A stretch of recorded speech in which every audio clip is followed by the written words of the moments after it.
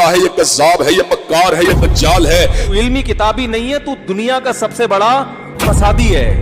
اجہل آدمی، وہ انجینئر بدبخت، یہ جہلم کا جہنمی اور جہلم کا وہ بدبخت. انجینئر مرزا مردود، جھوٹا کذاب. جہلم کا انجینئر مرزا محمد علی نیم راستی ہے. راب سے شیعہ کا ایجنٹ ہے، وہابی ہے. قادیانیت اور رفس کا جو مکسچر ہے یہ شخص. فرقہ تو میرا کوئی بھی نہیں ہے جی. اسلام میں فرقہ واریت حرام ہے. ان الذين فرقوا دينهم وكانوا شيعا لست منهم في شيء. بے شک جن لوگوں نے اپنے دین میں فرقے بنائے اور اپنے آپ کو گروہوں میں بانٹ لیا، اے نبی آپ کا ان سے کوئی تعلق نہیں. واعتصموا بحبل اللہ جميعا ولا تفرقوا. دیکھو اللہ کی رسی کو مضبوطی سے پکڑ لو اور فرقہ واریت میں مت پڑو. غدیر خم کی حدیث میں اللہ کی رسی قرآن کو قرار دیا. کتنا ظلم ہے کہ لوگ سود کو گناہ سمجھتے ہیں، داڑھی منڈانے کو گناہ سمجھتے ہیں، جھوٹ کو گناہ سمجھتے ہیں، لیکن دنیا کا سب سے پرہیزگار شخص بھی فرقہ واریت کو گناہ نہیں سمجھتا. فرقہ تو وہ ہے جو ٹوٹ کے الگ ہوا ہے. فرق کہتے ہیں الگ ہونے کو. پتے کو فرق کہا جاتا ہے، وہ درخت سے الگ ہوتا ہے. یہ نہیں کہ پتا الگ ہو کے درخت کو فرقہ کہنا شروع کر دیں، ایسا تو نہیں ہوگا. تو یہ ٹوٹ کے الگ ہوا وہ فرقہ ہے. نبی علیہ السلام نے تو ہمیں منع کیا فرقہ واریت سے. اللہ کے واسطے بچو. دیکھو عمر گزر گئی سفر کرتے کرتے، دنیا پھرتے پھرتے قبر کنارے پہنچ گئے. اپنی زندگی کا نچوڑ بتا رہا ہوں. فرقہ واریت جیسی آگ اور کوئی آگ نہیں ہے. بم کے دھماکے سے نکلنے والی آگ گھر جلاتی ہے اور جسم جلاتی ہے. بے گناہ مرنے والے شہید ہو کے جنت میں جاتے ہیں، اور فرقہ واریت سے نکلنے والی آگ تمہاری روحوں کو جلا کے راکھ کر دے گی، تمہارے ایمان کو برباد کر دے گی، تمہیں جہنم کا ایندھن بنا دے گی. میری نسل ہو، میرے جگر ہو، میں تمہیں گمراہی پہ، میں اپنے آپ کے لیے گمراہی کا طلبگار نہیں، تمہارے لیے بھی طلبگار. اور اس سے بڑی گمراہی کوئی نہیں کہ تم فرقہ واریت کی آگ میں جل کر متنفر ہو کر ایک دوسرے پر کفر تک پہنچا دو ایک دوسرے کو. اللہ کے واسطے ایسا نہ کرو. اپنے نبی کی تعلیمات کو ایسے داغدار مت کرو. اللہ کے واسطے میرے عزیزو، جو تمہیں فرقوں میں بانٹے، جو تمہاری پہچان فرقوں سے کروائے، اس کے قریب نہ جاؤ. امت بنو، امت بنو. تو امت وہ ہے ان لوگوں کا مجموعہ جن کا مقصد ایک ہے. آج ہم کہتے ہیں امت مسلمہ، امت مسلمہ. کہاں ہے امت مسلمہ؟ کتنے جھگڑے، کتنے اختلافات، کتنے چکر چل رہے ہیں. There is no Muslim ummah present at this time. کوئی مسلم امت موجود نہیں ہے. تو یہ دوسرا نکتہ ہے، واعتصموا بحبل اللہ جميعا ولا تفرقوا. تفرقوا کے لفظ پر توجہ کر لیجیے. تختلفوا نہیں ہے، اختلاف ہو سکتا ہے، دیانت کے ساتھ ہو سکتا ہے. تفرقہ یہ تم اور میں اور. جب اختلاف اس شدت کو پہنچ جائے کہ چھوٹے چھوٹے اختلافات کے اوپر کفر کے فتوے، تم اور ہم اور ہیں، یہ کام غلط ہے. اس سے توبہ کرو کہ اللہ کے واسطے اوروں کو بھی مسلمان سمجھ کے ان کے سینے سے لگنا شروع کرو. نفرت اتنی بڑھ گئی ہے، سلام نہیں کرتے، سلام کا جواب نہیں دیتے، ہاتھ نہیں ملاتے کہ نکاح ٹوٹ جائے گا، جنازوں تک میں شرکت نہیں کرتے. ہم تو ساروں کو مسلمان سمجھتے ہیں سوائے دو فرقوں کے، ایک اہل سنت کا آفشوٹ قادیانیت اور دوسرا اہل تشیع کا آفشوٹ نصیریت. حسام الحرمین میں دیوبندیوں کو واجب القتل اور مرتد اور ان کے علماء کے کفر میں شک کرنے والے کو بھی کافر قرار دیا نہیں اعلیٰ حضرت نے 1905 میں. اور اس کے جواب میں 1906 میں المحند علی المفند میں خلیل احمد سہارنپوری نے احمد بریلوی اور ان کی پوری جماعت کو شیطانی لشکر نہیں ڈکلیئر کیا، اور ساتھ مثال دی جس طرح انبیاء پہ حملہ آور ہوتے تھے، یعنی کافر کہا. اور کہا علماء دیوبند رضی اللہ عنہم پر ہوئے، 14ویں صدی کے مولویوں کو رضی اللہ عنہ. المفند ایک بابا سے ٹھہرایا ہوا، احمد بریلوی کو کہا المحند علی المفند، ہند کی تلوار ایک پاگل بابے کے. اور اللہ کا شکر ہے، امت پہ احسان ہے کہ 35 علماء دیوبند نے انکلوڈنگ اشرف تھانوی صاحب نے سائن کر کے کہا کہ یہ ہمارے عقیدے ہیں جی. دنیا میں اگر کسی نے دیوبندی ہونا ہے نا تو وہ یہ عقیدے رکھے.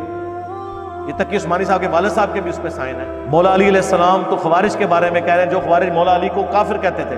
پوچھا کہ منافق ہے، کہا منافق تو بڑا تھوڑا اللہ کا ذکر کرتے ہیں، یہ منافق نہیں. پوچھا کہ کافر، کہ کافر بھی نہیں ہے. اگر کافر بھی نہیں، منافق بھی نہیں، تو پھر تیسری کیٹیگری کون سی؟ مسلم. احمد بریلوی صاحب نے احکام شریعت میں لکھا ہے کہ وہابی، اور پھر آگے انہوں نے خود لکھا وہابی سے مراد انہوں نے کہا دیوبندی، اہل حدیث، روافظ یعنی ان کے نزدیک شیعہ، اور قادیانی 1,00,000 دفعہ بھی اللہ کا نام لے ذبیحہ مردار اور حرام ہی رہے گا. البتہ یہود و نصارہ کا ذبیحہ حلال ہے. ان کو یہود و نصارہ سے بدتر کہہ دیا, قادیانیوں کی صف میں لا کے کھڑا کر دیا, اور لکھا یہ مرتد ہیں, یہ بھی لکھا, یعنی واجب القتل. اور ملفوظات اعلیٰ حضرت کی پہلی جلد جو انہوں نے خود پڑھی ہے, ان کے بیٹے نے جمع کی ہے, مصطفیٰ رضا خان نوری نے, جس کی نعت ہے تو شمع رسالت ہے عالم تیرا پروانہ. اس میں انہوں نے لکھا ہے کہ وہابیوں کی نہ نماز نماز ہے, نہ جماعت جماعت ہے. پوچھا گیا مسجد تو کہا کفار کی مساجد مثل گھر کے ہیں. کافر کا لفظ, کافر کا. اذان انہوں نے کہا اذان بھی ان کی باطل ہے, جیسا نماز و جماعت باطل ہے. سنن کبری البیہقی میں موجود ہے, عبداللہ بن عمر خوارج کو سلام بھی کرتے تھے, ان کے پیچھے نمازیں بھی پڑھتے تھے, اور کہتے تھے جب تک ان کی مساجد سے حی علی الصلاۃ حی علی الفلاح کی آوازیں آئیں گی ہم ان کے پیچھے ان کی اذان کا جواب بھی دیں گے, ان کے سلام کا بھی. لیکن اگر یہ ہمیں کہیں کہ ہم اپنے بھائیوں کو قتل کریں تو ہم یہ بات ان کی مانیں. جن کو نبی علیہ السلام نے جہنم کے کتے کہا ہے, جہنم کے کتوں کے پیچھے صحابہ نے نماز پڑھی ہے. تو سر جو لوگ چشتی رسول اللہ اور اشرفی تھانوی رسول اللہ کہتے رہے, یہ کہلواتے رہے, اب آپ کو باخدا دیوانہ باش باب محمد ہوشیار بھول گئی. قاسم نانوتوی صاحب مرنے کے 6 سال کے بعد خبر سے نکلے اور دیوبند کے 2 مولویوں کی صلح کروا کے واپس چلے گئے, اور نقل فرمایا اشرف علی تھانوی صاحب نے حکایات اولیاء ارواح ثلاثہ میں, یہ وہ سارے عقائد ہیں بریلویوں والے.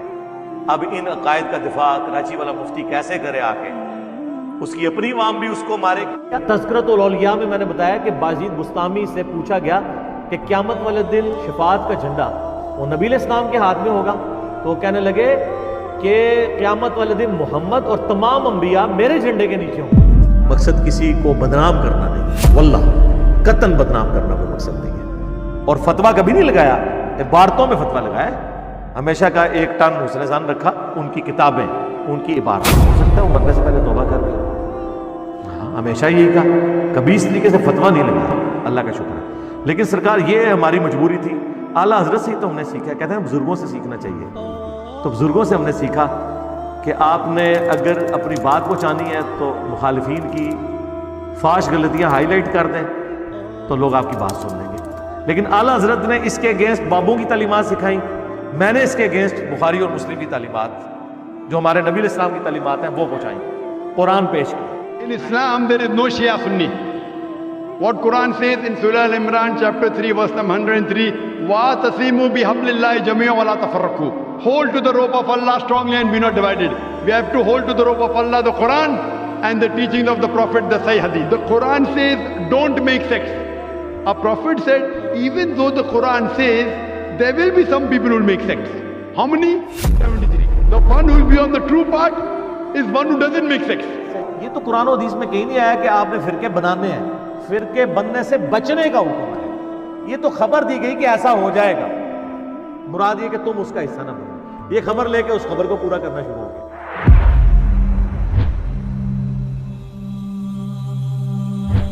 آج ہر بدبخت الو اٹھ کے جو ہے نا, ہر جاہل سے جاہل اٹھتا ہے اور تبصرے کرنا صحابہ کرام کے خلاف شروع کر دیتا. حضرات صحابہ پہ زبان کھولتا ہے. پہلے تسی ساڑھے خلاف بک بک کر دے ہو اور صحابہ کے خلاف بھوکن لگ پے ہو. دشمن ہے صحابہ کا, بھوکتا ہے صحابہ کے خلاف. نعوذ باللہ, ہم نے صحابہ کرام پہ کبھی بھی تنقید نہیں کی ہے. تمام صحابہ کرام نے یار 3-4 بندوں کا مسئلہ ہے. حضرت معاویہ رضی اللہ تعالیٰ عنہ, مغیرہ بن شعبہ رضی اللہ تعالیٰ عنہ, عمر بن عاص رضی اللہ تعالیٰ عنہ, اور بسر بن ابی ارطاء رضی اللہ تعالیٰ عنہم اجمعین. ہم ان کے لیے دعائیں خیر کرتے ہیں لیکن ان کا جھوٹا دفاع بھی نہیں کرتے. دنیا میں کون سا غالی رافضی ہے جو صحابہ کرام کے ناموں کے ساتھ رضی اللہ عنہ کہتا ہے؟ کسی کی جنت دوزخ کا فیصلہ میں نے آج تک کیا؟ میں تو آج پھر ویڈیو میں کہتا ہوں کہ یزید کو بھی اللہ نے معاف کیا, جنت میں جائے. سرکار میں نے تو صحابہ کرام کی زندگیوں میں ویڈیوز ریکارڈ کرائی ہیں. ابو ذر غفاری جی, ہم نے ہی بتایا نا کہ کیا تکلیفیں تھیں. سعد ابن ابی وقاص کی قادسیہ ہم نے ڈسکس کی ہے نا. خالد ابن ولید کی یرموک ہم نے ڈسکس کی ہے نا. جائیں ابو ذر غفاری کا کلپ لگائیں, 10 دفعہ لگائیں, 10 دفعہ آنسو نہ نکلے تو آپ آگے گلا کیے. مرزا فسادی کے تو پیچھے اس کے بالکل صہیونی طاقتیں یہودی ہیں. رافضیت کے پیسوں پہ پلنے والا, ایران کے ٹکڑوں پہ پلنے والا یہ جانور جیلم میں بیٹھا ہوا ہے, خفیہ ہاتھ اس کے پیچھے ہیں جو اس کو دھکا دیتے ہیں. امریکیوں, برطانیوں, اسرائیلیوں کی بنائی ہوئی تنظیم ہے جو مسلمانوں کو بدنام کرنے کے لیے انہوں نے بنایا ہے, لانچ کیا ہے, جو ہمارے درمیان ایسے منافقین اور ایجنٹس کو بھیجتی ہے. ہمیں نہ تو ایران سے کوئی فنڈنگ ہو رہی ہے نہ سعودیہ سے کہ ہم ان کے ایجنڈے لانچ کریں. ہم جو کچھ بات کرتے ہیں وہ قرآن سے، بخاری سے، مسلم سے کرتے ہیں. اگر کوئی فتویٰ لگانا ہے تو پہلے پھر آپ ان کتابوں کے اوپر لگاؤ اور اپنا ایمان برباد کرو. الحمدللہ میری روٹی دین کے ساتھ نہیں جڑی ہوئی. میں اپنی ذات کی خاطر دین سے 1 روپیہ کمانے کو بھی حرام سمجھتا ہوں. ہم نے اس پلیٹ فارم کے اوپر کوئی چندہ بک نہیں رکھی، کوئی مسجد نہیں بنائی، کوئی مدرسہ نہیں بنایا، کوئی فرقہ لانچ نہیں کیا. اپنی جیب سے کھلاتے ہیں سینکڑوں لوگ، اللہ کا شکر. تو یہ میں مطلب اس کے اوپر کوئی ہم کمائی نہیں کر رہے ہیں، مونیٹائز نہیں کیے ہوئے. ورنہ میں ابھی مونیٹائز کروں تو ہماری ویڈیو کی کمائی جو ہے نا وہ 15 سے 20 لاکھ روپے مہینہ بنتی ہے. تو میری سال کی تنخواہ اتنی نہیں ہے. بھائی اپنی محنت مزدوری کر کے کماتے ہیں، اللہ کا شکر ہے کوالیفائڈ انجینئر ہوں. اس وقت بھی الحمدللہ میری کوئی ٹیک ہوم سیلری جو ہے تقریباً 1.5 لاکھ پاکستانی کے قریب ہے. $1,500 آپ سمجھ لیں میں کرتا ہوں الحمدللہ. 19 گریڈ کا آفیسر ہوں. میں کسی سے کوئی چندہ لے کے یہ دین کا کام نہیں کر رہا ہوں کہ میں جناب یہ ویڈیوز ریکارڈ کرنے کے پیسے لیتا ہوں اور میری روٹی روزی دین سے. حالانکہ میرے گھر تک ایسے لوگ آئے ہیں جنہوں نے کہا لائف ٹائم خرچہ آپ کا اٹھاتے ہیں، آپ لوگ بھی چھوڑتے ہیں. میں نے کہا یہ کام میں نے نہیں کرنا. پھر میرے اور مولویوں میں کیا فرق رہ جائے گا؟ حضور نے فرمایا یوشک ان یاتی علی الناس زمان، اندیشہ ہے کہ لوگوں پر یعنی میری امت پر ایک زمانہ ایسا بھی آ جائے گا کیونکہ علماء آسمان کی چھت کے نیچے کی بدترین انسان ہیں. فتنہ انہی کے اندر سے برآمد ہوگا، انہی میں گھس جائے گا. یعنی ان کا کام فتنہ انگیزی، مخالفت، اپنے اپنے فرقے کے لوگوں کے جذبات کو بھڑکاتے رہنا اور مسلمانوں کے اندر اختلافات کو ہوا. آج جن کو ہم علماء کہتے ہیں ان کی عظیم اکثریت اس کیفیت سے دوچار ہو چکی ہے. لیکن ساتھ ہی یہ بات واضح رہے کہ علماء حق سے دنیا خالی نہیں ہوگی. باقی یہ صحیح بات ہے کہ اکثریت ادھر جا چکی ہے، ورنہ امت کا بیڑا غرق نہ ہوتا. سیدھی بات. پوری نیک نیتی کے ساتھ امت کا بیڑا غرق یہ لوگ کرتے، ہر ایک چیز کو جو ہے دوسری طرف لگا دیا. آپ شلوار اوپر کر لیں کہتے ہیں یہ تو باقیوں کا طریقہ ہے. وہ حدیثیں بخاری مسلم میں لکھی ہوئی ہیں وہ دور چلی جاتی ہے. کوئی پگڑی پہن لے تو اہل حدیثوں کو تکلیف ہو جاتی ہے، وہ کہتے ہیں یہ تو بدتیوں کا طریقہ ہے. تو ان کو بھول جاتا ہے کہ بخاری مسلم میں درجنوں حدیثیں. وہ ان کو اس وقت یاد آتی ہیں جب وہ جرابوں پر موزوں پہ مسح کے بارے میں مناظرے کر رہے ہوتے ہیں نا حنفیوں کے ساتھ، تو اس سے صرف پگڑی پہ مسح ثابت کرتے ہیں، پگڑی پھر بھی نہیں ثابت ہوتی. اور میں نے تو گرین پگڑی پہن لی یار اور چھوڑ دو. اتنا جگر ہے کسی میں؟ ٹائم قیامت تک جے کسی مولوی نو گرین پگڑی وہ آگے دسو وابی نو نا اتنا تھنک آؤٹ آف باکس کیا. ابھی میں نے کہا بھی ابو داؤد ترمذی میں حدیث ہے نبی علیہ السلام نے سب تہمت بھی باندھی ہے، سب چادر بھی اوپر لی ہے. تو سرکار جب نبی علیہ السلام نے کرتا پہن لیا اوپر یعنی کرتا چادر کی فارم میں تہمت باندھ لی، تو پگڑی کو باندھ لینا کیا ہو گیا یار؟ تو اپنے مطلب کی چیزیں نکالتے ہیں دوسروں کی چھوڑ دیتے ہیں. اچھا اور جو دوسروں کی بھی نکالنا شروع کرتے ہیں اس کو کہتے ہیں یہ لگتا ہے ادھر چلا جائے. مسجدوں میں اہل سنت والجماعت لکھا ہوا ہے اور نماز میں سنت کے مطابق پڑھ رہے ہیں، نہ صحابہ کی جماعت کی سنت کے مطابق پڑھ رہے ہیں. باہر لکھا ہوا ہے اہل سنت والجماعت. لوگ مجھے کہتے ہیں یار کہ جی آپ میٹھی میٹھی باتیں کہاں سے میٹھی کریں یار؟ جنازہ نکال دیا دین کا انہوں نے، کوئی چیز بچی ہے؟ کون سی میٹھی بات کروں؟ آپ نماز سے شروع ہو، نماز کا حلیہ بگاڑ دیا انہوں نے. پاکستان میں 90% لوگ اس طریقے پہ نماز ہی نہیں پڑھ رہے جو بخاری مسلم میں لکھا ہے. نہ رو نہ رو، اور یار کلمے کا حلیہ بگاڑ دیا ہوا ہے. نہ رو نہ رو. آپ کہہ رہے درود شریف کے فضائل بیان کروں، اس میں بھی رونا رہوں گا. انہوں نے لکھا ہے درود ابراہیمی پڑھنا گناہ ہے. اور سر جیڑا کٹو گے لال نکلتا ہے. مجھے آپ دنیا میں ایک مسئلہ بتائیں جس کے اندر کوئی اختلاف نہ ہو. آپ مجھے صرف ایک ایمانداری سے بتائیں کہ آپ نے وہ دین لینا ہے جو ابو بکر عمر عثمان اور علی کو نبی الاسلام نے تعلیم دی ہے، یا وہ دین جو آپ کو آپ کے بزرگوں نے دی؟ میرا کوئی ایک نظریہ ایسا بتائیں جو میں نے امت میں نیا لانچ کیا. کوئی ایک. ہماری ہر بات کے ساتھ کسی مکتب فکر کے گلے میں ہار پڑ رہا ہوتا ہے اور کسی مکتب فکر کی دھوپ پہ پاؤں پڑ رہا ہوتا ہے. کوئی نئی بات نہیں. تو کوئی ایسا نظریہ نہیں ہے جس میں میں تفرد کا شکار ہوں. جہاں پہ اختلاف آتا ہے پھر ان باتوں پہ آتا ہے جس میں ان کی دم پہ پاؤں پڑ رہا ہوتا ہے. اور سر ایک کی دم پہ پاؤں پڑ رہا ہوتا ہے تو دوسرے کے گلے میں ہار پڑ رہا ہوتا ہے.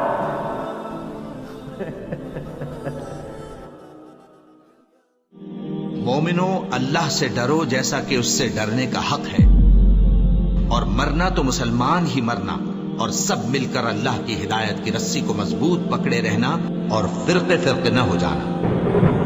اور اس شخص سے بڑھ کر بات کا اچھا کون ہو سکتا ہے جو اللہ کی طرف بلائے اور عمل نیک کرے اور کہے کہ میں مسلمان ہوں۔ وہابی دیوبندی اہل حدیث شیعہ نہیں، مسلمان